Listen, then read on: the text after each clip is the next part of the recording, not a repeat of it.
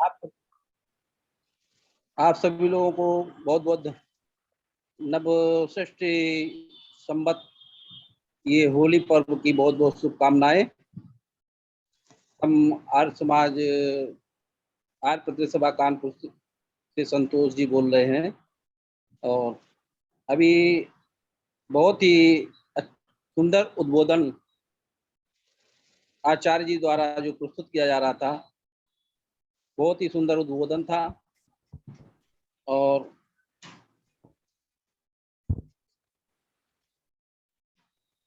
ऐसे ही विचार ये ये पहली बार है आपका लिंक हो रहा है क्या कार्यक्रम? पहली बार नहीं हो रहा, 1 साल होने को जा रहा, प्रतिदिन होता है। अच्छा, एक प्रतिवर्ष होता है या प्रतिदिन होता है? प्रतिदिन होता है, प्रतिदिन प्रतिदिन होता है। जी। बहुत बहुत धन्यवाद इसके लिए कि ये कार्यक्रम प्रतिदिन, हमें इसकी जानकारी नहीं थी, नहीं तो हम और भी जुड़ने की कोशिश करते। और बहुत ही अच्छे विचार आप सभी लोग, कानपुर में भी ये कार्यक्रम चलता है संध्या के रूप में। ये 7:30 से और 8:15 बजे तक प्रतिदिन चलता है। और सभी लोग इसमें काफी दूर दूर से बहुत लोग जुड़ते हैं। और आर्य समाज के उत्थान के लिए हम सबको और बढ़ चढ़ के ऐसे कार्यक्रम को हर जगह से, हर प्रदेश में, हर जगह जगह ये कार्यक्रम चलने चाहिए, ताकि आर्य समाज का प्रचार, ऋषि के जो कार्य हैं और अच्छे विस्तार से हो सके। और जो ऋषि ने बहुत ही उम्मीद से इस समाज की स्थापना की थी कि आगे चल के हमारा देश, हमारा समाज एक विश्व गुरु जो प्राचीन काल में था, हम उस प्राचीन अपनी वैदिक संस्कृति सभ्यता को पूरे विश्व में फिर से स्थापित कर सकें। इसी उद्देश्य से ऋषि ने ये कार्य आर्य समाज की स्थापना की थी। हम सबको चाहिए कि हम पुनः अपने इस देश, समाज और पूरे विश्व को अपनी इस सभ्यता की ओर प्रेरित कर सके, और सभी को और से अच्छे कार्यक्रम इसके माध्यम से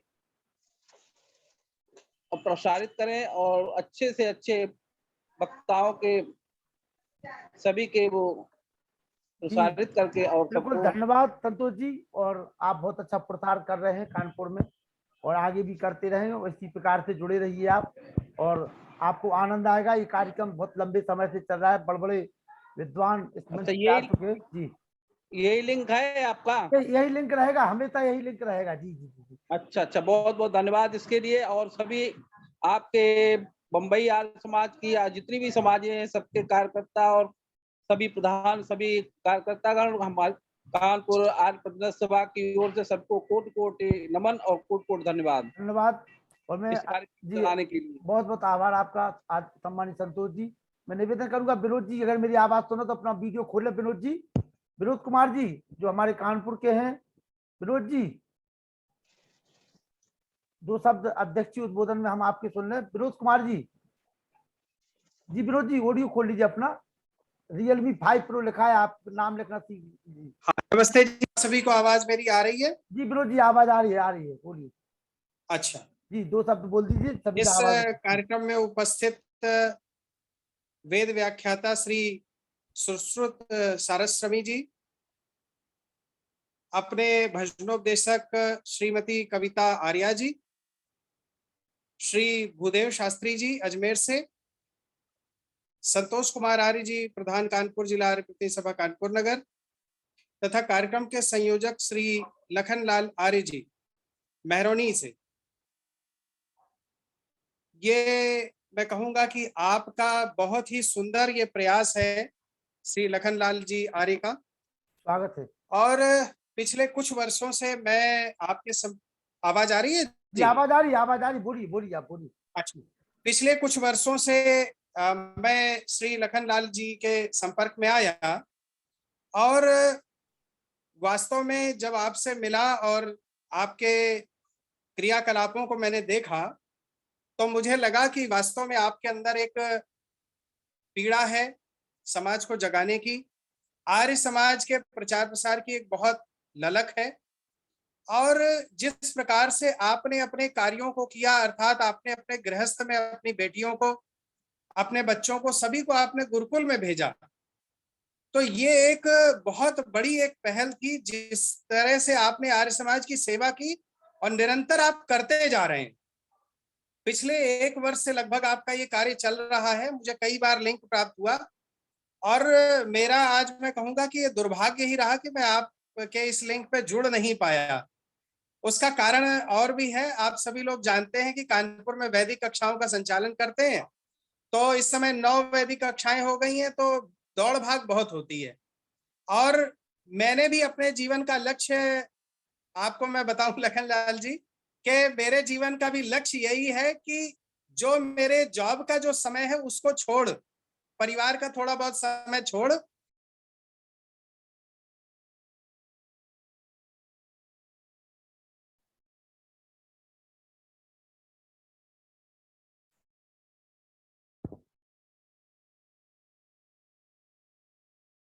जी जी जी, आपकी आवाज नहीं आ रही है फिरोज जी।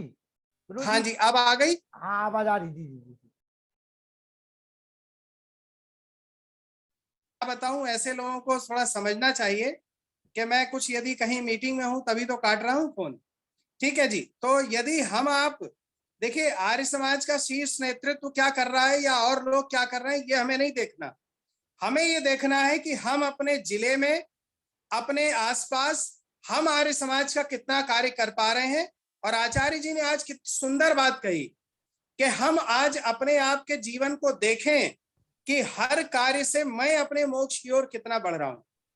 और वास्तव में ये बात अगर आज इस पूरे व्याख्यान का यदि सार निकालें, तो इसका सार यही है कि हम देखें कि आर्य समाज के लिए हम कितना कर पा रहे हैं, वैदिक धर्म के लिए और विश्व वैदिक सभ्यता को जीवित रखने के लिए हम कितना कर पा रहे हैं।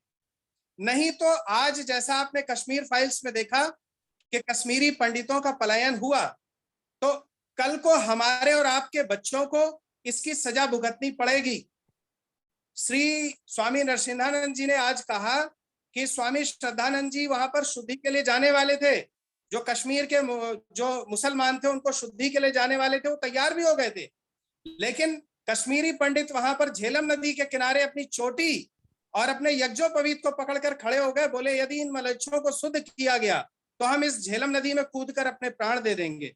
और आज उसकी वो जो उस कार्य की परिणति आज क्या हुई, क्या आज उनके पोते पड़पोते, उनके नाती, उनकी नतने, वो सब उनके उस कार्य की जो दुख है, कष्ट है, पीड़ा है, उसको भोग रहे हैं और वहां से पलायन करना पड़ा।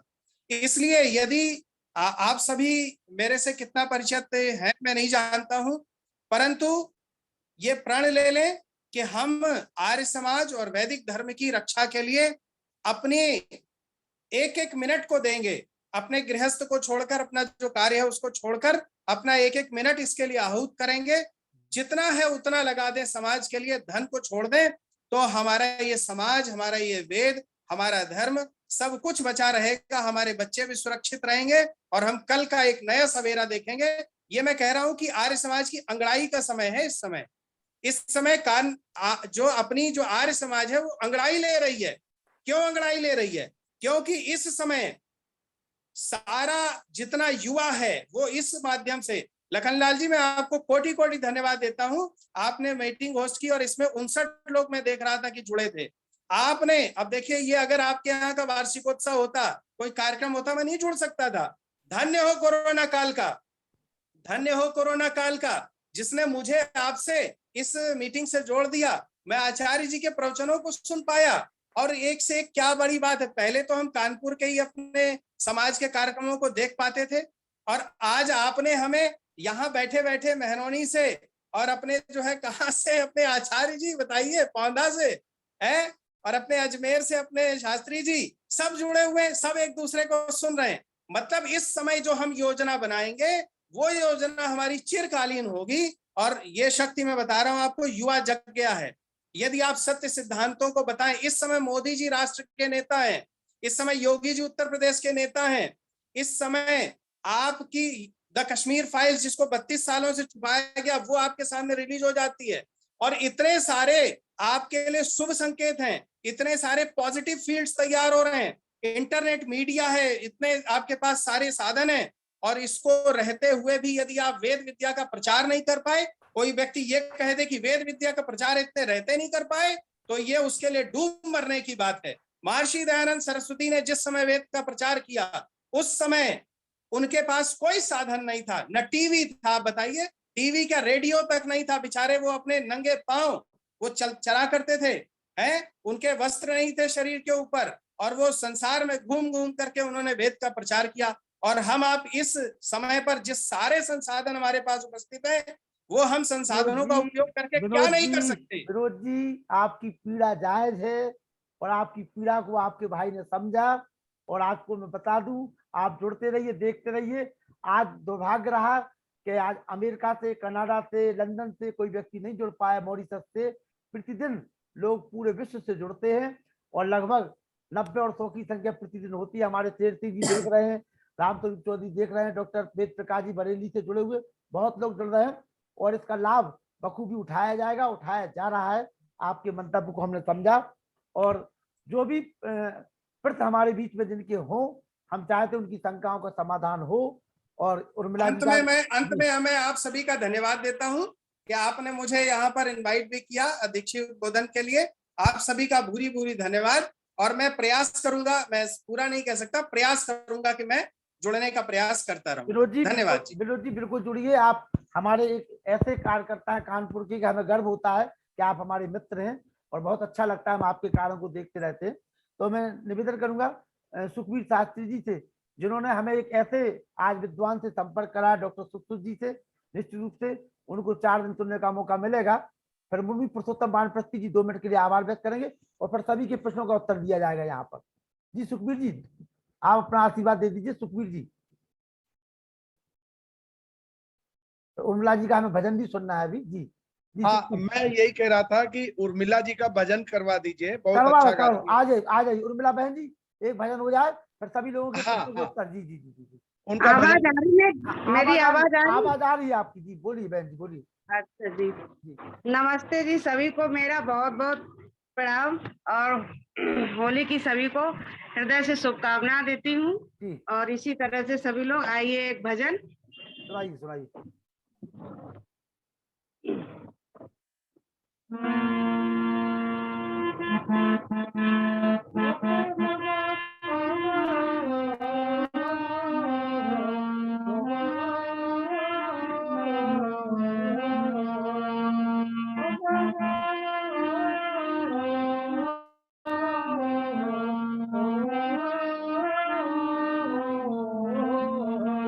दुनिया बनाने वाला, टुकड़ा मिटाने वाला, सबका है दाता भगवान। माने न माने इंसान, माने न माने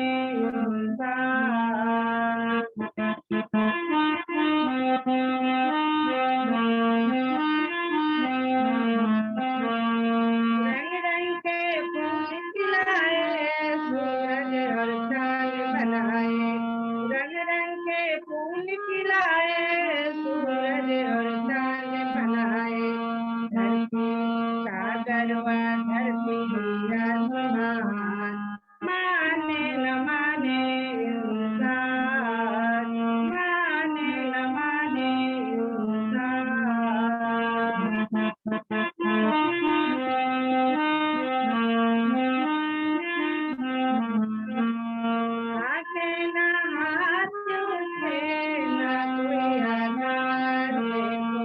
परमात्मा की सुंदर रचना का दर्शन करते हैं। सुंदर रचना परमात्मा ने की है। आके ना हाथ उठे, ना कोई आधार देखो, ना ही आधार कोई, ना ही आधार देखो, ना ही आधार कोई, ना ही आधार देखो। फिर भी ये सुंदर रचना, अद्भुत संसार देखो।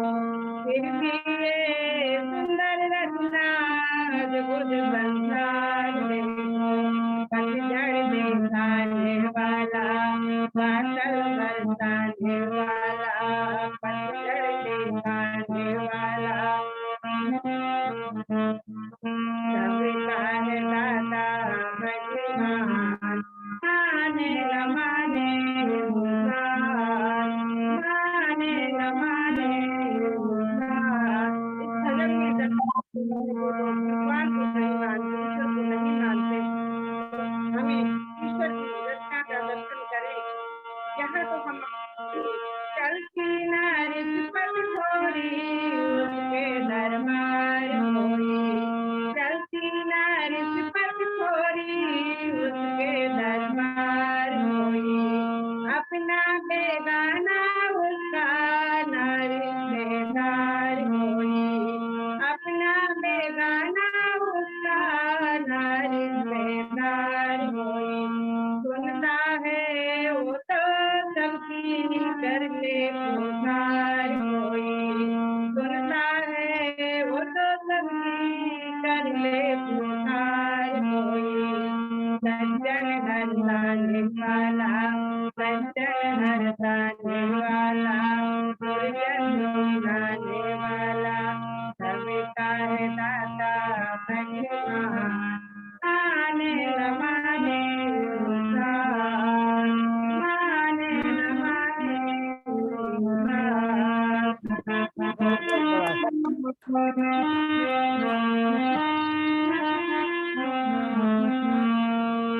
निर्जल भयानक पंथ जाओ यदि हार जाना, निर्जल भयानक पंथ जाओ यदि हार जाना, तपी और भक्ति के द्वारा मुक्ति के पार जाना, तपी और भक्ति के द्वारा मुक्ति के पार जाना, पाठिक मंदिर से पहले हिम्मत ना हार जाना।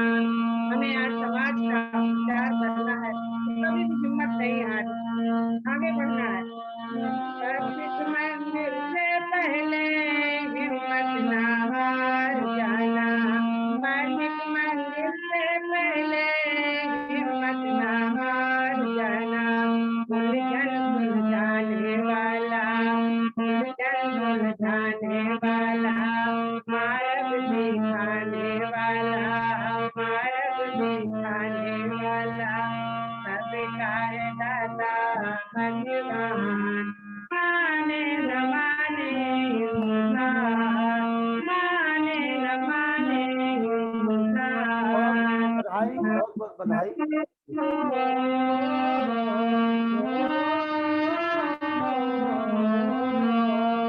दुनिया बनाने वाला, मिटाने वाला, दुनिया बनाने वाला, टुकड़ा मिटाने वाला, सबका है दाता भगवान, धन्यवाद उर्मिला जी, बहुत बहुत आभार आपका। और माने न माने इंसान। धन्यवाद धन्यवाद।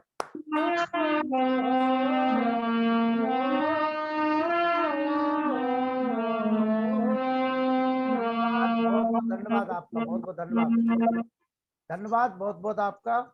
और बहुत ही ईश्वर भक्त भजन हमारी बात देने के लिए धन्यवाद धन्यवाद, बहुत बहुत धन्यवाद। और आगे भी जुड़ी रहिए, आगे भी आपको सुना जाएगा, आगे भी आपके भजनों का आनंद दिया जाएगा जी। चलिए एक हेमंत मोड़ेले जी, हेमंत मोड़ेले जी अपना माइक खोल करके सामने आ जाइए, आपका एक प्रश्न था उत्तर पूछ लीजिए। हेमंत जी, हेमंत मोड़ेले जी, हेमंत मोड़ेले जी, हेमंत मोड़ेले जी। हेलो, हाँ आइए हेमंत जी, हेमंत वीडियो खोल लीजिए हेमंत जी अपना। आवाज आवाज आ रही? आवाज आ रही है सर? हाँ आपका वीडियो बंद है हेमंत जी। हाँ वीडियो बंद है, आवाज आ रही है? हाँ आवाज आ रही है, आवाज आ रही है जी जी। हाँ तो आवाज के माध्यम से भी प्रश्न पहुंच सकता है हाँ आपको। पूछिए पूछिए पूछिए। हाँ एक्चुअल में मैं बस जस्ट मैं पूछना चाहता था क्योंकि वासुदेव कुटुंबकम की जो अपनी परंपरा है कि संपूर्ण ब्रह्मांड जो है हमारा जो है कुटुंब है, हमारा परिवार है, मैं बस छोटा सा ये कि बीच बीच में अभी सब लोग बोल रहे थे जो पथ प्रदर्शक हमारे हैं, मैं बस ये चाहता हूँ कि मतलब आर्य समाज और हिंदू समाज में क्या अंतर है, ये कोई डिफरेंट सिचुएशन मुझे करके थोड़ा सा बताएं, या फिर क्या है, मतलब बार बार ये मतलब पूछा जा रहा, मतलब बताया जा रहा है कि आर्य समाज से जुड़े हुए इतने लोग हैं, या मैं चूंकि आपका अनुयायी हूँ, आपका छोटा भाई हूँ, इस जी जी इस हेतु से मैं जुड़ा हुआ हूँ इस मीटिंग में, जी जी जी और बहुत अच्छी आध्यात्मिक बात है और सारी चीजें। तो क्या आर्य समाज और हिंदू समाज में कोई अंतर है, या फिर मतलब बस ये था कि अपन इसको ये लेके ना चले कि हम हिंदू समाज से हैं तो इसका एक वृहद रूप हो जाएगा और हमारी जो है कम्युनिटी और ज्यादा बढ़ जाएगी। आज 67 लोग जुड़े हुए हैं, क्यों ना हम 670 या 680 लोग जुड़े हुए होते थे। मैं बस थोड़ा सा ये डिफरेंशिएट करना चाहता हूँ कि मैं एज आर्य समाजी यहाँ पे जुड़ा हुआ हूँ, या एज अ हिंदू समाजी जुड़ा हुआ हूँ, या ये भी धर्म संप्रदाय अलग अलग है, या ये समाज अलग है। बस थोड़ा सा कोई मुझे बता दे, जी जी जी। क्योंकि मैं अनुयायी हूँ, मैं दोनों को मतलब सभी को पढ़ता हूँ, स्वामी दयानंद सरस्वती चलिए जी चलिए, भी अच्छा आता हूँ। जी, सुनिए हेमंत जी, सुनिए, अब सुनिए जी, बोलिए। अच्छा, सुश्रुत जी। जी नमस्ते हेमंत जी, बहुत अच्छा लगा कि आपका ऐसा चिंतन है कि हम लोग कम हैं और हम लोगों को ज्यादा होना चाहिए। प्रयास पूर्वक हम लोग ज्यादा हो सकते हैं और उसके लिए हमको नाम को परिवर्तन करने की आवश्यकता नहीं है। आपने शायद पहले इस बात को सुना होगा, फिर भी मैं आपकी स्मृति के लिए दोबारा इसको बोल देता हूँ। आर्य समाज की आवश्यकता क्यों हुई? गंगोत्री से गंगा का उद्गम होता है, ये हम सभी जानते हैं, और वो वहां पर बिल्कुल शुद्ध होती है, विशुद्ध रूप में होती है। हमारे विद्वान इस बात को प्रायः कहा करते हैं। और वो जब हरिद्वार में आती है और जब वो कानपुर जाती है और वो जब गंगा सागर कलकत्ता पहुंचती है, उस समय में वो बहुत दूषित हो चुकी होती है। इसी प्रकार से जो वेद रूपी गंगा प्रवाहित हुई परमेश्वर के श्रीमुख के द्वारा, परमेश्वर के द्वारा प्रदत्त ज्ञान से जो वेद रूपी गंगा ये निस्तृत हुई और ये चली, तो ये बिल्कुल अपने पवित्र स्वरूप में थी। उसमें कालक्रम में समय के बीतने के साथ साथ उसमें पुराणों का और चीजों का समावेश हुआ। उस समावेश के कारण से जो वास्तविक स्वरूप था हिंदू धर्म का या आर्य मर्यादाओं का, आर्य धर्म का, वो नहीं रह पाया।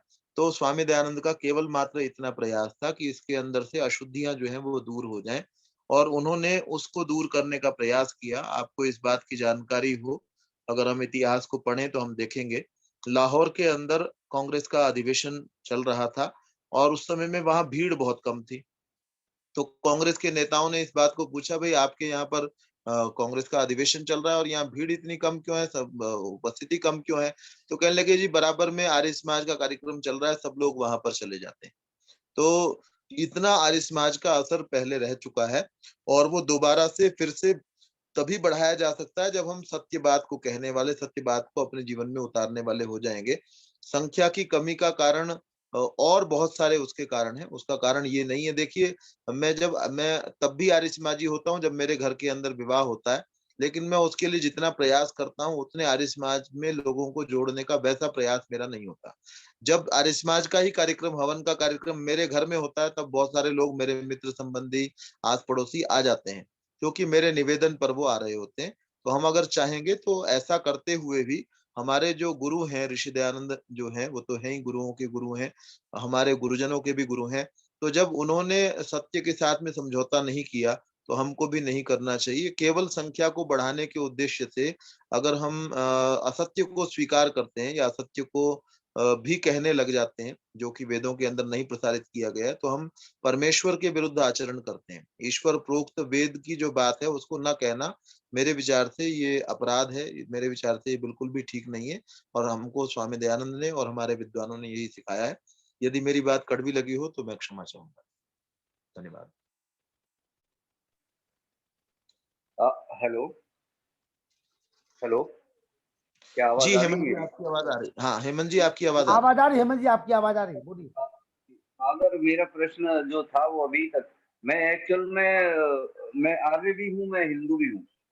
मैं बस ये डिफरेंशिएट करना चाहता हूँ कि हम आर्य है या हिंदू है, मतलब ये कोई समझने की परिपाटी नहीं है। जैसे आपने बताया कि आर्य परिष्कृत है, तो क्या हिंदू हम अपने आप को एज अ हिंदू क्यों प्रेजेंट नहीं कर पा रहे? जैसे लखनलाल जी और हम मेहरोनी एक बड़ी छोटी सी जगह है और जो है समान सम्मान हम लोग यहाँ पे पाते हैं सारी चीजें, और मैं उनका छोटा भाई। लेकिन हम अपने आप को एज अ आर्य प्रेजेंट करेंगे। मेरा कहने का मतलब ये है कि अपन मतलब हिंदू और आर्य में क्या डिफरेंस है ये आपने नहीं बताया। आप गंगोत्री से निकले, वहां से निकलते हुए आ रहे थे, आपने बताया है हरिद्वार और फिर उसके आगे आगे हिंदू और कानपुर आर्य में ये अंतर होता है जी, हिंदी और आर्य में आप मैं अंतर थोड़ा सा समझना वही चाहते मैं थोड़ा सा वही डिफरेंशिएट में मैं अपने आप को हेमंत आर्य लिखना स्टार्ट करूं या बोलना स्टार्ट करूं, उससे पहले मुझे ये जानना जरूरी है ना कि मैं हेमंत पंडित लिखता हूं मैं अभी अपने आप को, तो जी। हेमंत आर्य में कैसे मैं कन्वर्ट हो जाऊं, या लखनलाल जी कैसे अपने आप को हेमंत लखनलाल जी पंडित या मैं, मेरा कहने का मतलब ये है कि अब आप लोगों का जब से मैं कन्वर्सेशन सुन रहा हूँ बहुत अच्छा लगा। मैं पहले अपना ईयरफोन कनेक्ट करके खुद सुन रहा था और स्पेशली सर आपका फिर मैंने हैंड फ्री करके पूरे परिवार को आपका सुनाया है कि देखो कितनी अच्छी शिक्षा दे रहे हैं, परिवार कैसे चलता है, पत्नी की क्या दायित्व है, पति की क्या दायित्व है। आपने मतलब एक तरह से पत्नी को भी डांटा है, पति को भी डांटा है, समझाया है सारी चीजें, वो सारी चीजें अलग है। मैं जस्ट मतलब क्वेरी एज अ मतलब ये समझ लो कक्षा 5 का विद्यार्थी हूँ या मेरी स्लेट खाली है, मैं आर्य समाज में जुड़ना चाहता हूँ या आर्य समाज को हिंदू समाज में लाना चाहता हूँ। बस मुझे थोड़ा सा ये कि आप लोग या आप क्यों बार बार आर्य आर्य शब्द यूज कर रहे हैं, ऐसा क्या है कि हिंदू सारे आर्य नहीं है या आर्य सारे हिंदू नहीं है, ये डिफरेंशिएट थोड़ा सा आप कर दें तो फिर मैं प्रतिदिन मतलब प्रतिदिन क्या पूरा जीवन समर्पित है सात को जन्माष्टमी समर्पित है, थोड़ा सा बता ये क्लियर कर दें। मतलब मैं वो अन्यथा बिल्कुल 1% भी ये ना समझिए कि कोई निगेटिव बात है या मैं छोटा बड़ा, वो कोई बात नहीं है। मैं अपनी क्यूरियोसिटी के लिए कि मेरा पेज खाली है, आप जो लिख देंगे आज उस स्लेट पे, मेरी स्लेट खाली है, उसको थोड़ा सा कि क्यों ये एक्चुअल में पता है क्या हो रहा है सर, हम आपको बताएं कि जब ये आर्य समाज का लेके चल रहे हैं तो अपने आप लोग अपने आप को आर्य समाज और हिंदू समाज के दूर करते जा रहे हैं कि ये आर्य समाज चल रहा है अलग। लखनलाल जी जानते हैं ना, बड़ा स्पष्टवादी हूँ मैं, बहुत छोटा हूँ इनसे उम्र में, बहुत छोटा हूँ, लेकिन इनकी हर बात में मानता भी हूँ। तो अपने आप डिफरेंशिएट कर देते कि आप अलग हो हम अलग है, क्यों ऐसा हो रहा है? आप ये मतलब ऐसी कौन सी कड़ी है जो जुड़ जाए कि हिंदू आर्य एक ही है, सुश्री जी जवाब या दीजिए। फिर आर्य कहने की जरूरत क्या है? इस चीज का मुझे उत्तर चाहिए सर थोड़ा सा। सुश्री जी जवाब जी, दीजिए, हेमंत जवाब जी, मैं दीजिए। क्षमा चाहूंगा, शायद मैं आपके प्रश्न को पहले समझ नहीं पाया हूँगा, ऐसा संभव है। हाँ तो हिंदू में और आर्य में आपने अंतर जानना चाहा है, क्या यही जानना चाह रहे हैं आप? हाँ, यही यही यही मैं यही। जी जी जी। जी हेमंत जी, क्या आप यही जानना चाह रहे हैं, हाँ हिंदू और आर्य में अंतर क्या है? हाँ हाँ, यही जी यही बिल्कुल, लखन जी जो कह रहे हैं बिल्कुल सही कह रहे हैं भाई साहब। यही कह रहे है हैं वो। अब उनका तो इस उनका समय जो हिंदू जी बन गया है, जी हाँ, इस समय जो हिंदू बन गया है वो शिव की भी पूजा करता है, वो रुद्र की भी पूजा करता है, वो माता की भी पूजा करता है। उसको अपने वेदों की कोई जानकारी नहीं है, वेदों से उसका कोई संबंध नहीं है, वेदों को वो पढ़ता नहीं है, उसको पढ़ाता नहीं है। केवल भारत माता की जय बोल देना या इस प्रकार के कार्यों को करना, वो वास्तव में हिंदू है क्या? आप देखें, हिंदू कल्चर को आप किसको हिंदू कल्चर कहेंगे? अ, वेद को मानने वाला जो है वो आर्य है ना जी।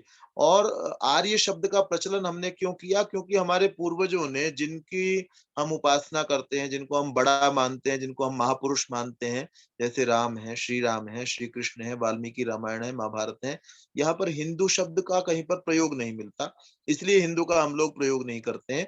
और आर्य जो पुराना शब्द है उसका प्रयोग करते हैं। आर्य का एक बड़ा अच्छा अभिप्राय है, आर्य का अभिप्राय श्रेष्ठ है। और अगर कोई व्यक्ति को हम कहते हैं भाई आप आर्य हैं या मैं आर्य हूँ, जब मैं ये कहता हूँ मैं आर्य हूँ, तो जब मैं घोषणा पूर्वक अपने नाम के आगे आर्य लिखता हूँ और मैं जब कुछ गलत काम कर रहा होता हूँ तो कोई मुझे टोक सकता है ना? अगर मैं खुद ही कह दूं जी मैं तो चोर हूँ, अपने नाम के आगे मान लीजिए मैं चोर लिख लूं, तो कोई मुझे कहे जी, कोई मुझे कैसे टोकेगा कि आपने जो है ना, आप चोरी क्यों कर रहे हैं? मैं तो कहूंगा कि मैंने तो चोर लिख रखा है अपने आगे। जब मैं आर्य अपने आगे लिखता हूँ, इसका मतलब मैं अपने आप को श्रेष्ठ होने की घोषणा करता हूँ, तो मेरे अंदर वो गुण भी होने चाहिए। हिंदू जो है वो मूर्ति की पूजा करने वाला है, आर्य जो है वो मूर्ति की पूजा करने वाला नहीं है।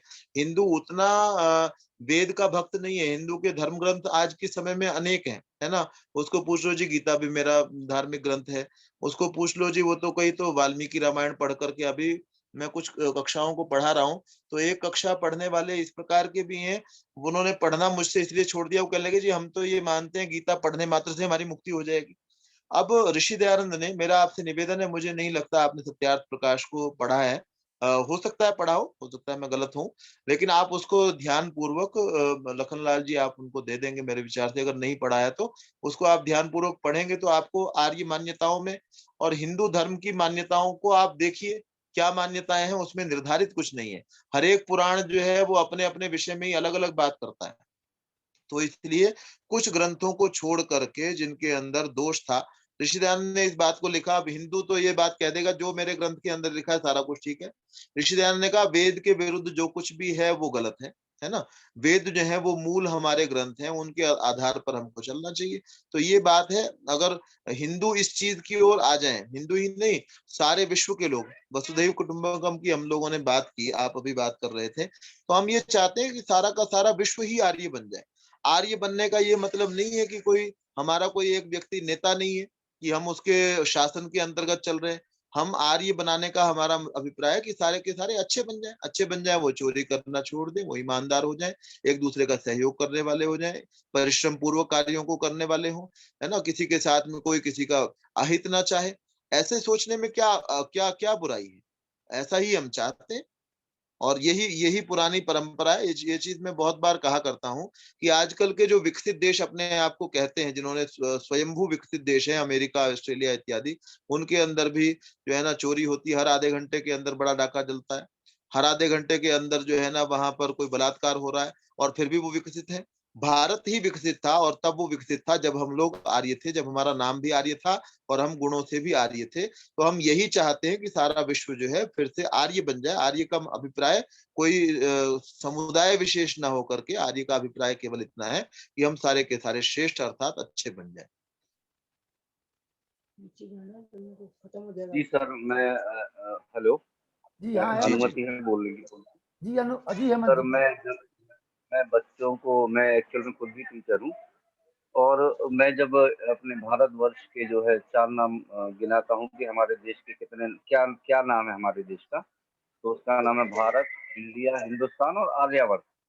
मैं बताता हूँ, तो ये हमेशा से ये शब्द गुंजायमान रहता है मेरी स्मृति में कि आर्यावर्त मतलब ये पूरा जो देश है, जो आर्यावर्त मतलब कहीं ना कहीं आर्यों का ही देश है ना सर? जी जी हेलो, जी। मुनि पुरुषोत्तम बाणप्रस्थी जी, आप आ जाइए वीडियो खोल करके। मुनि पुरुषोत्तम बाणप्रस्थी जी, मुनि पुरुषोत्तम बाणप्रस्थी जी।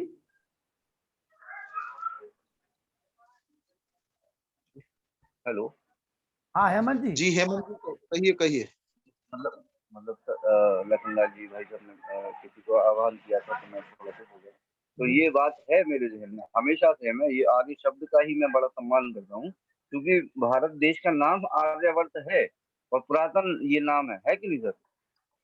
ये पूरा जो देश पूरा आर्यवर्त हुआ करता था और आर्यवर्त है इसका नाम। अब अभी इंडिया और हिंदुस्तान और जो है भारत इसका नाम है, लेकिन आर्यवर्त ही इसका नाम है। मेरे प्रश्न का उत्तर सर ने दिया है और उन्होंने डिफरेंशिएट किया है कि आर्य बेहतर है कि क्यों। शशिकांत मिश्रा का प्रश्न आया है कि वेद के अतिरिक्त फिर दूसरा क्यों पढ़ें, चाहे वह जी सत्यार्थ मैं प्रकाश ही क्यों ना हो, क्षमा कर जी। जी मैं कहना चाहूंगा इस पर। आपने शशिकांत जी ने प्रश्न किया है, वो अपना वीडियो ऑन कर लें, अगर हम उनको देख भी पाएंगे तो और अच्छा रहेगा। शशिकांत जी आ जाइए। शशिकांत जी, शशिकांत जी। हम वेद ही क्यों पढ़ें, सत्यार्थ प्रकाश को क्यों पढ़ें, हम वेद ही क्यों ना पढ़ें, सारे के सारे वेद ही पढ़ें। तो शशिकांत जी आ सत्यार्थ जाइए। प्रकाश को पढ़ने की क्या आवश्यकता है वो मैं आपको बता देता हूँ। जी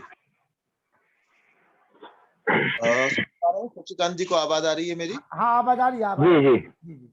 जी जी जी जी।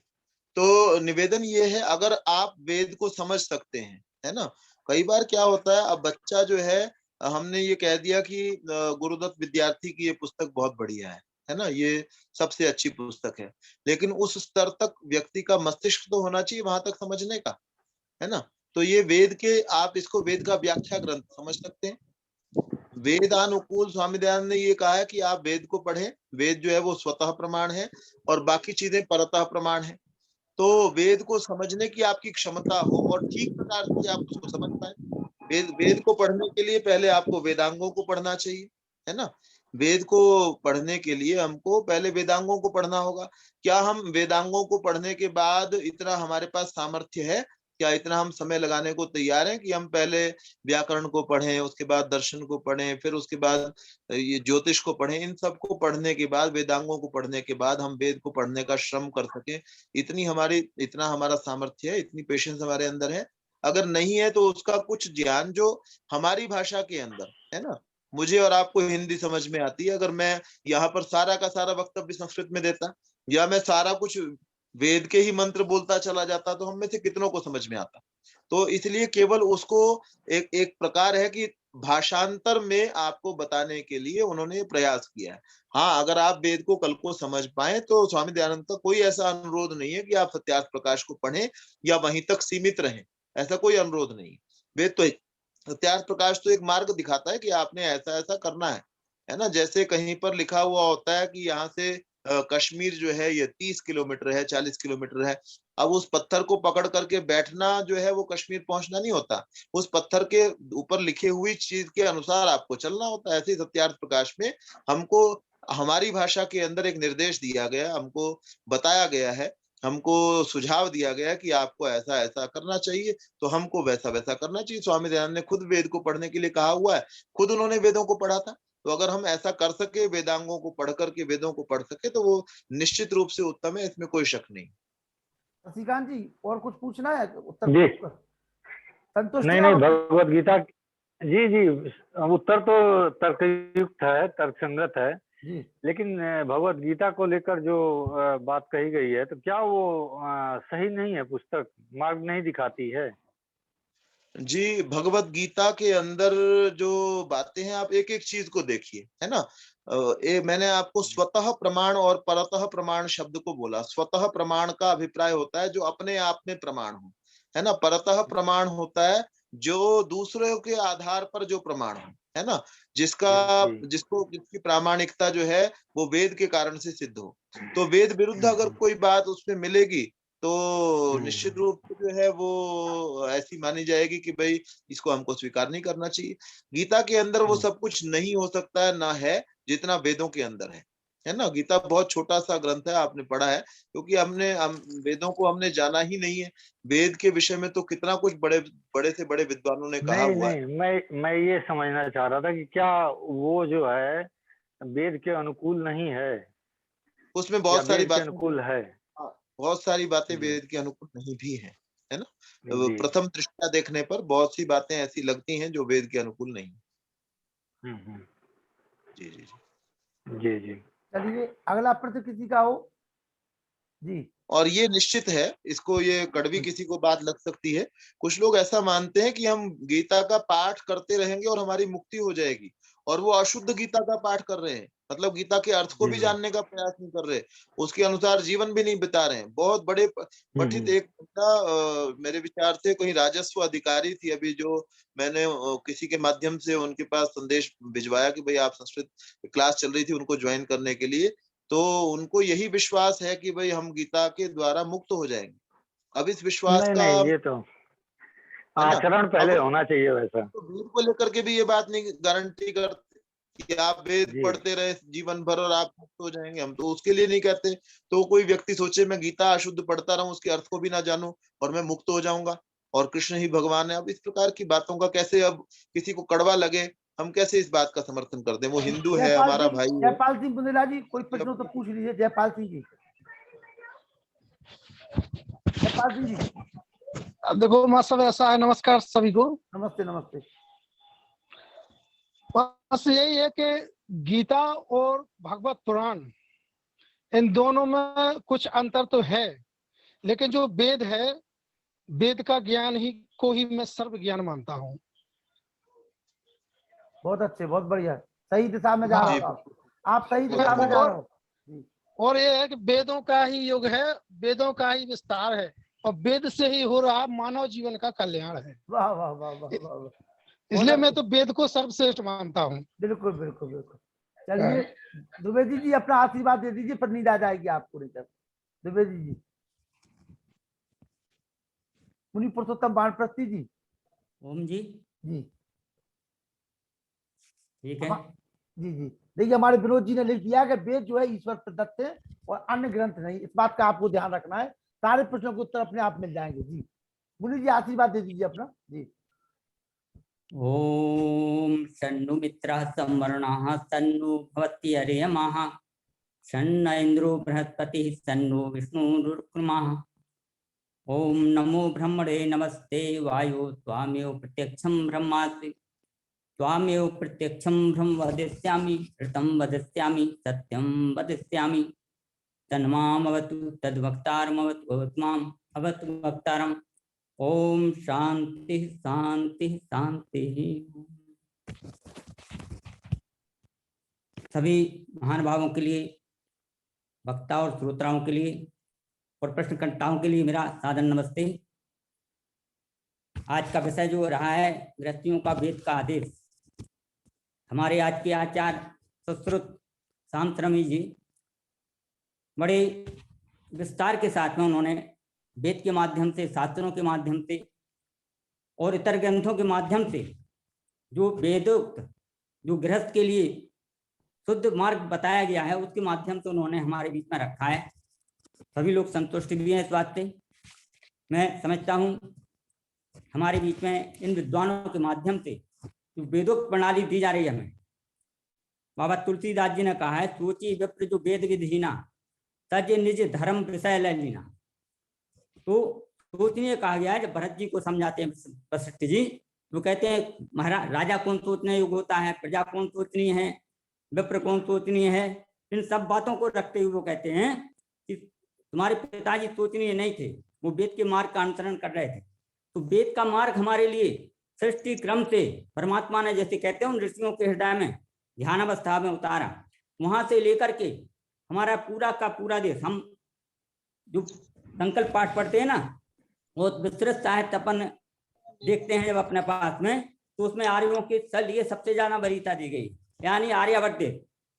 वहाँ संकल्प पाठ पढ़ते समय भी हम आर्यावर्त देशांतर्गत थे। बाकी हमारे भाई जो भी कह रहे थे ना, वो जिन देशों के भारत देश के नामों को गिना रहे थे, वो परिस्थिति जान हम विचार लगा सकते हैं उस पर। और हम मेरा निवेदन भी उन भैया से कि अपन यहाँ पे ही हैं, कभी समय निकाल करके हम आपके पास, आप हमारे पास में बैठ लेंगे कि यहाँ का विषय तो थोड़ा सा शंका समाधान, कल सुबह बुला लीजिए, कल सुबह 8:30 बजे, कल सुबह 8:30 बजे बुला लीजिए। हाँ, तो उसके लिए शंका समाधान कभी भी अपन बैठ के सामंजस्य बना सकते हैं। हिंदू और आर्य कोई ज्यादा अंतर नहीं है, जैसा भी आचार्य जी ने बताया हमारे, तो केवल इतना अंतर हो गया है कि हम उस मार्ग को छोड़ चुके हैं, बस भूले नहीं है, भटके नहीं है, छोड़ चुके हैं उसको। और परिस्थितियां ऐसी रही हैं तो उन पर बैठ के अपन चर्चा कर सकते हैं। हमारे आज के सारस्वत अतिथि जो हैं संतोष सार जी, उनका आशीर्वाद हम लोगों को मिला। अध्यक्षता कर रहे हमारे विनोद आर जी, जो कानपुर के बहुत अच्छे बुद्धिजीवियों में उनको गिनता हूँ और बहुत संघर्षशील है। हमारे लखनलाल जी जैसे लगे हुए ना, मैं देखता हूँ जब भी उनके पोस्टों को पढ़ता हूँ तो लगता है कि विनोद आर जी भी कानपुर क्षेत्र में बहुत अच्छे पुरुषार्थ कर रहे हैं आर्य समाज के लिए। आचार्य भवदेव जी, और अभी मैं सुन रहा था बहन उर्मिला जी को, बहुत अच्छा भजन उन्होंने अंत में रख दिया, ईश्वर पर, उनका भी धन्यवाद साधुवाद। कविता आर्या जी हमारी बहन जी, तो प्रतिदिन का ही उनका काम है कि एक भजन वो सुनाएं। आज वो कश्मीर दा फाइल देखने गई है, कश्मीर दा फाइल। हाँ, आज उन्होंने छुट्टी, मैंने देखा प्रतिदिन ही सुनाती हैं वो, एक दिन की छुट्टी मांग ली उन्होंने हमसे। जी जी। अच्छा, और मैं कहता हूँ कि तमाम मातृशक्ति जो भी इस समय कार्यक्रम में जुड़ी हुई है, जब से जुड़ रही हैं, और पुरुष वर्ग में हमारे, मैं बार बार कहता हूँ ना, रोज कहता हूँ और कहूंगा भी कि यहाँ पर श्रोताओं की कमी है। हमारे यहाँ जितने लोग जुड़ते हैं 50, 100, 80 सारे विद्वान ही विद्वान जुड़ते हैं, मैं समझता हूँ। तो उनको ज्यादा समझाने की जरूरत नहीं रहती है, वो स्वयं जानते हैं। और हमारे ऐसे सुश्रुत शाम शर्मी जी जैसे विद्वान लोग, भवदेव जी जैसे, और तमाम जितने विद्वानों को जोड़ के हमने आपको सुनवाया है। मैं समझता हूँ कि इनके आशीर्वाद से, इनके ज्ञान प्रकाश से हम लोग साधनामय जीवन करते हुए और उसका लाभ उठाएं तो हमारा जीवन धन्य हो जाएगा। सत्य को जान जाएंगे और असत्य से हम बहुत दूर हो जाएंगे। धन्यवाद, इस भावना के साथ आभार आपका। आप सभी के स्वास्थ्य के लिए, और कल का दिन होली पर्व का है, कल का दिन हमारा होली पर्व का है। आज रात्रि में होली जलेगी, और कल का होली का मतलब हमारी पुरानी जितनी बुराइयां उनको काय विद्वानों ने उनको जला दो आज यहाँ पे, और जो श्रेष्ठ गुण कर्म पदार्थ हैं वो उनको स्वीकार कर लो। ये होली है। तो कल का दिन हमारा पावन पर्व भी रहेगा, बसंत उत्सव भी रहेगा। सब मिलजुल करके एक दूसरे सारी वैमनस्यताएं, सारी अज्ञानता को भूल करके श्रेष्ठ मार्ग का अनुसरण करें, हम मिल करके भाई भाइयों करके रहें और इसी कामना के साथ में आगे। सुखबीर जी लखनलाल जी आइए, स्वागत है आपका। आपने बहुत अच्छे विद्वान को 4 दिनों के लिए हमें जोड़ा है, इसके लिए आपका बहुत बहुत आभार। आइए हम आपके भी 2 शब्द सुन ले जी। लखनलाल जी, मैं क्योंकि समय बहुत ज्यादा हो रहा है, सब लोग जुड़े हुए हैं, एक तो मेरा निवेदन यह है कि उर्मिला जी का भजन रोज एक करवाइए या जैसी आपकी सुविधा हो। वो बहुत अच्छा गाती हैं, बहुत अच्छी उपदेशिका हैं। और दूसरा परिचय मैं आपको बताऊं, संतोष जी की धर्मपत्नी है ये। बिल्कुल बिल्कुल बिल्कुल बिल्कुल बिल्कुल, जो आज के हमारे सारस्वत अतिथि हैं जी।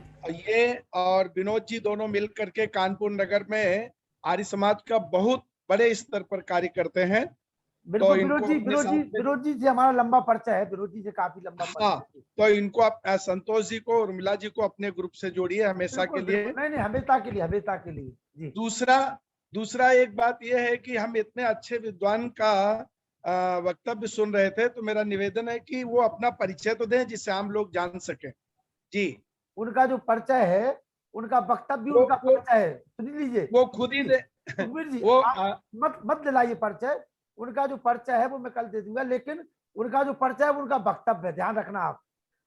जो वो उनकी जो डिग्रियां हैं, उनकी जो लेखन कार्य है, उन्होंने बहुत कुछ किया, लेकिन उनका जो वक्तव्य था, जो एक ग्रस्त जीवन को सुखमय बनाने के लिए जो वक्तव्य था, वो कई जो घर बिगड़ रहे हैं उन घरों को बसाने वाला वक्तव्य था उनका, आपको बता दें।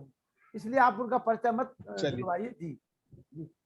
और हमारे कहने से डॉक्टर रामपाल जी जुड़े हुए थे कासगंज से, और सीआरपीएफ में डिप्टी कमांडर लक्ष्मी चंद जी भी जुड़े हुए थे, पता नहीं अभी जुड़े हैं कि नहीं जुड़े हैं। तो इन सभी लोगों का बहुत बहुत आभार और बहुत बहुत धन्यवाद जी जी जी। और मैं बता दूं, जैसा कि आप बता रहे थे, आचार्य सुश्रुत जी जो है एम.कॉम एम.ए संस्कृत वेद पीएचडी वैदिक वाङ्मय व्याकरण निरुक्त रेवली सोनीपत से।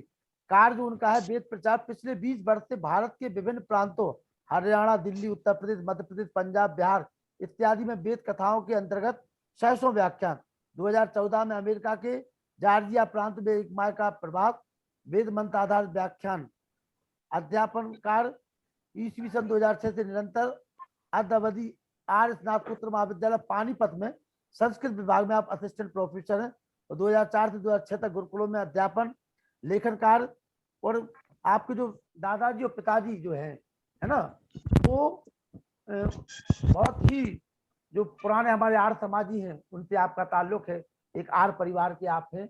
और सबसे बड़ा जो उनका परिचय था, आज जिस प्रकार से उन्होंने गृहस्थ जीवन के अंदर जो 1-2 बातें बताई हैं कि अगर हम अपनी बेटी को धन के साथ साथ ये शिक्षा देकर के भेजें कि इसमें गलती मेरी है, तो निश्चित रूप से वो परिवार कभी टूट नहीं सकता है। ऐसी माता शक्ति ईश्वर देवी से हम 2 लाइनों का एक भजन सुनेंगे, तभी हमारा ये आज का गृहस्थ जीवन का कार्यक्रम सफल होगा। आइए माता जी। नमस्ते जी, आवाज आ रही है? आवाज आ रही हो, आप दिखाई भी दे रही है मधुर मधुर। आइए जी जी। भजन सुनाने का टाइम है तो सुना देती हूँ, नहीं है तो नहीं सुना दीजिए। पर सपना आज जो है महाराजपुर की, इनसे समापन कराएंगे जी। जी होली की बहुत बहुत शुभकामनाएं, है ना जी।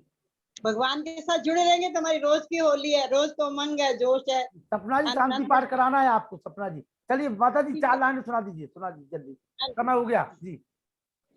बोलूं भजन, बोलूं ना? आप बोल दीजिए। आपका भजन नहीं होगा तो हमें नींद नहीं आती ना, आप तो हमें लोरी सुनाती हो, सुनाइए। सुनाते ठीक है। बरसा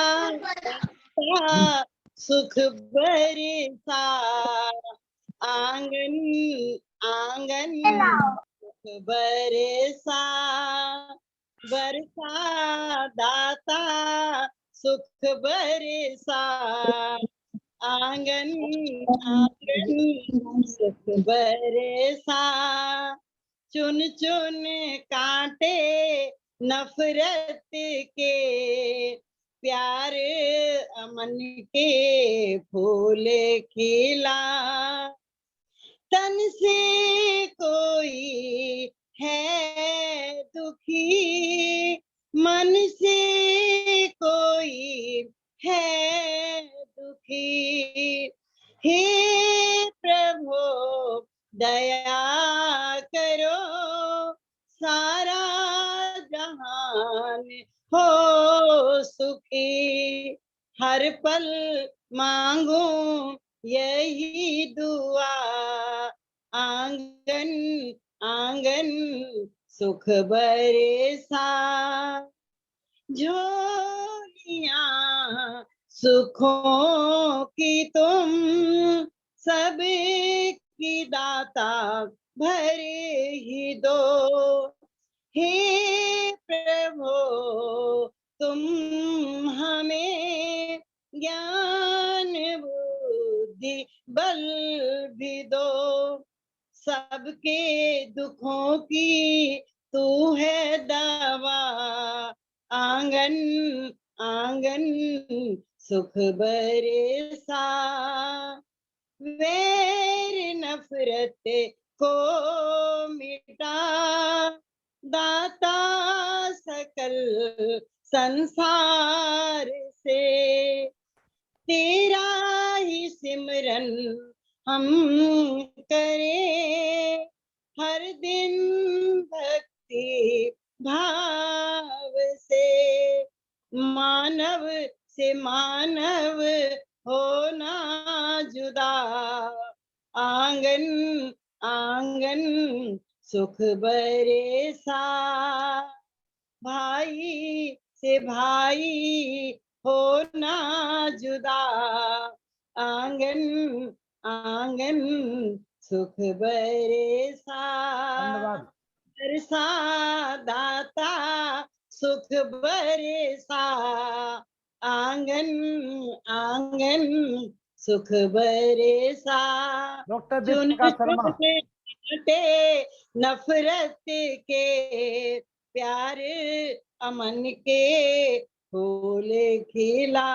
एक बात मैंने तो ऐसा सुना है कि वेदों में आर्य और अनार्य दो जातियां बताई। आर्य जो श्रेष्ठ है, परोपकार सदाचारी है, अच्छे संयम जीवन है, श्रेष्ठ कर्म कर रहे हैं, वो तो आर्य है, और इसके विरुद्ध सारे अनार्य हैं। दो जातियों का सुना था वेदों के आधार पर, सुना पढ़ा नहीं है मैंने।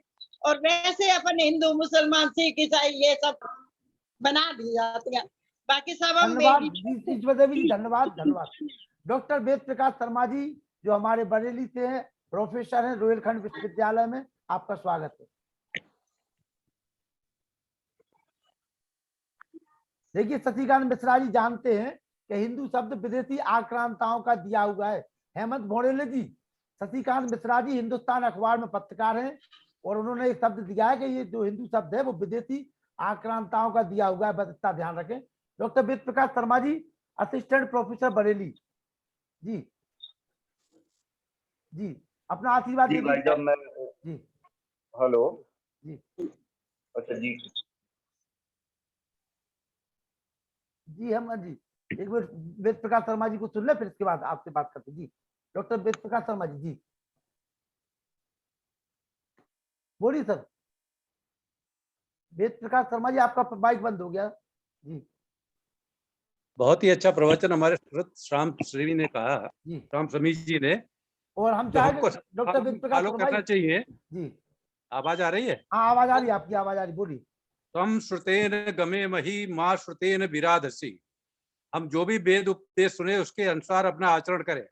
अगर हम आचरण नहीं करते हैं तो वेद की आज्ञाओं को नहीं मानते हैं तो हम आर्य नहीं है, हम श्रेष्ठ पुरुष नहीं है। चाणक्य ने भी कहा है आचारहीनम न पुनंत वेदा। अगर आप आचरणहीन है वेद को पढ़ने के बाद तो आपको कोई पवित्र नहीं कर सकता। और वेद हमारे स्वतः प्राण है, और अगर किसी को मुक्ति प्राप्त करनी है तो वेद को और दर्शनों को पढ़ना पड़ेगा।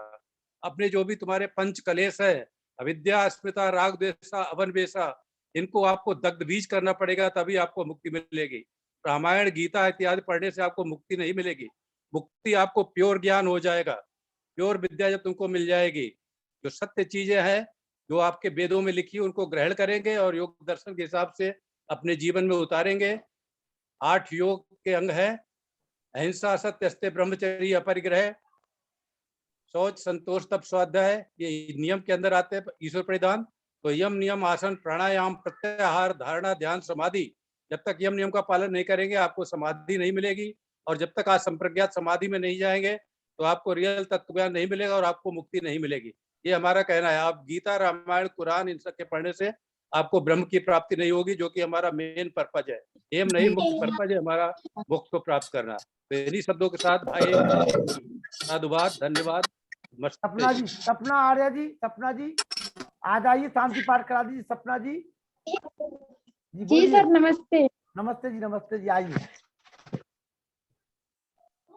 बोलिए सपना जी। ओम शांति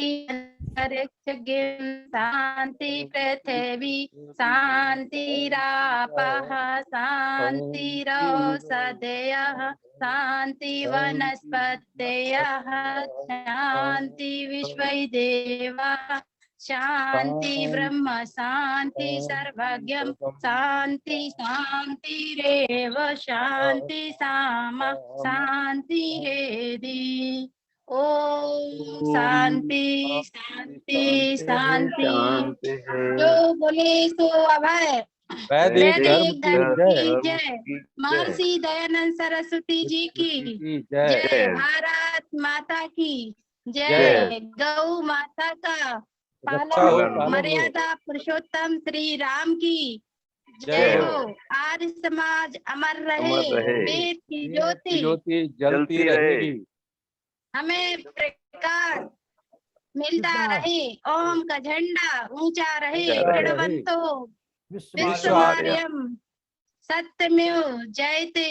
जो बोले सो अभय। पंडित लेख राम को मत भूलना, पंडित लेख राम को मत भूलना। पंडित लेख राम की जय लगाना है। पंडित लेख राम जी की जय।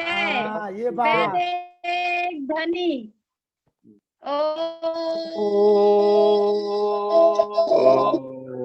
सभी लोगों के माइक खोल दिए हैं। होली की शुभकामनाएं एक दूसरे को दे दीजिए। सभी लोग अपने अपने माइक खोल करके भाई बहनों को सभी को सादर